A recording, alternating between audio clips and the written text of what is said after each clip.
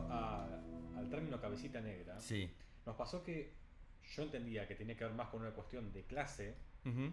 y Pancho acá me comenta que también incorporaba un componente indígena dentro de la Sí. denominación. Y Claro, afro. yo pensaba en Grimson, que Claro. Grimson habla de que los cabecitas negras del peronismo eran sobre todo inmigrantes de las provincias, que eran de las clases trabajadoras. Entonces acá nos pusimos a discutir eso.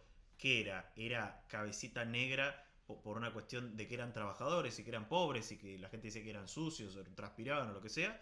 ¿O porque había una cuestión racial, si Sí. se quiere, ¿no? Era eso, ¿no? Sí, es un tema que se discute igual en la academia. Yo diría que me parece que hay dos extremos que hay que dejar de lado, el justo medio. No, pero no es por eso. Quiero decir, efectivamente, para graficarlo, hay una tendencia que piensa la figura del cablecita negra como una representación espejo de lo indígena, ¿no? Entonces, es solo eso. Entonces, un obrero polaco no podría ser cabecita negra. Y otra que dice, no es raza, es solo clase. Y me parece que las dos pifian en el sentido de que van muy articuladas, y van muy articuladas, perdón que vuelva a una época que no es mi tema de todas maneras, y vienen muy articuladas desde la segunda mitad del siglo XIX, tal vez desde la colonia, pero fue más estudiado para eso, y es como lo africano representa lo popular. Claro. Lo negro, no lo africano, porque podían no ser africanos, lo negro, en general afrodescendiente, representa lo popular. En esas décadas del 60 y 70 eso cristaliza muy fuertemente y es en el mismo momento en que empieza a construirse la idea de que Argentina no distingue razas, que Argentina va a ser homogéneamente blanca y que esa población negra puede formar parte del cuerpo de la nación. Como decíamos antes, borrando sus marcas, tanto culturales como físicas en lo posible, de esa negritud, de esa africanidad, de esa plebeyidad bárbara, incluyendo la relación con Rosas. Una cosa muy interesante, la comunidad afroporteña fue muy ligada al régimen de Rosas en todo el periodo rosista, y estos que te hablo de la década del 60-70 discuten mucho, hay alcinistas, hay mitristas, se matan en momentos de las elecciones, discuten muchas cosas, son todos antirrosistas. Mira. Eso lo tienen todos claro, que Rosas, yo creo que es uno de los casos a nivel mundial, a nivel mundial no, en Argentina creo que es el caso más exitoso de borramiento de una identidad o ideología previa, etcétera, que es el antirrocismo, que hasta la década del 10 o del 20 nadie se atreve a decir nada bueno de Rosas. Claro. Y eso es como un consenso, incluyendo los viejos rosistas, digamos, ¿no? Sí, sí, sí.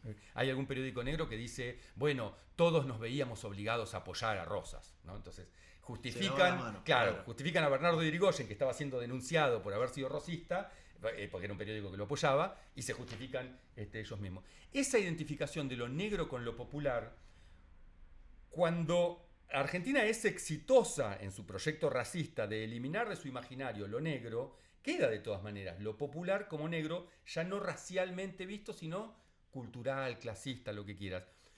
Pero es también una forma de incorporar los elementos más oscuros de la población, si querés, se quiere, ¿no? Entonces, por ejemplo, con Irigoyen también se lo acusó de que los que lo votaban eran negros, no tan fuertemente como.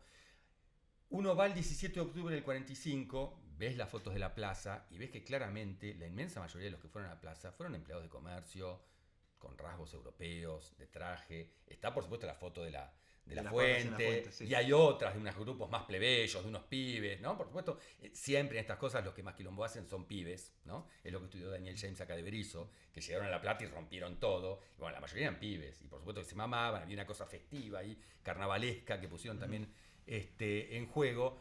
Cuando ves las descripciones, nadie hace referencia a que la mayor parte de ese proletariado viene del interior. Eso es una cosa un poquito retrospectiva. De todas maneras, debo decir que yo pensaba que el concepto de cabecita negra había sido construido a fines del gobierno peronista, y tenemos referencias escritas desde 1947. Yo pensaba que eran posteriores, porque yo primero había encontrado hasta 1953, que es muy temprana. Por supuesto que la inmigración en la década del 30 vino mucho de Santiago del Estero, pero también primero venía de los pueblos de Santiago del Estero y no del campo de Santiago del Estero, y venían de Córdoba y de Rosario, etcétera, etcétera. Es una inmigración que fue así casi siempre en aquella época, no había aviones, etcétera.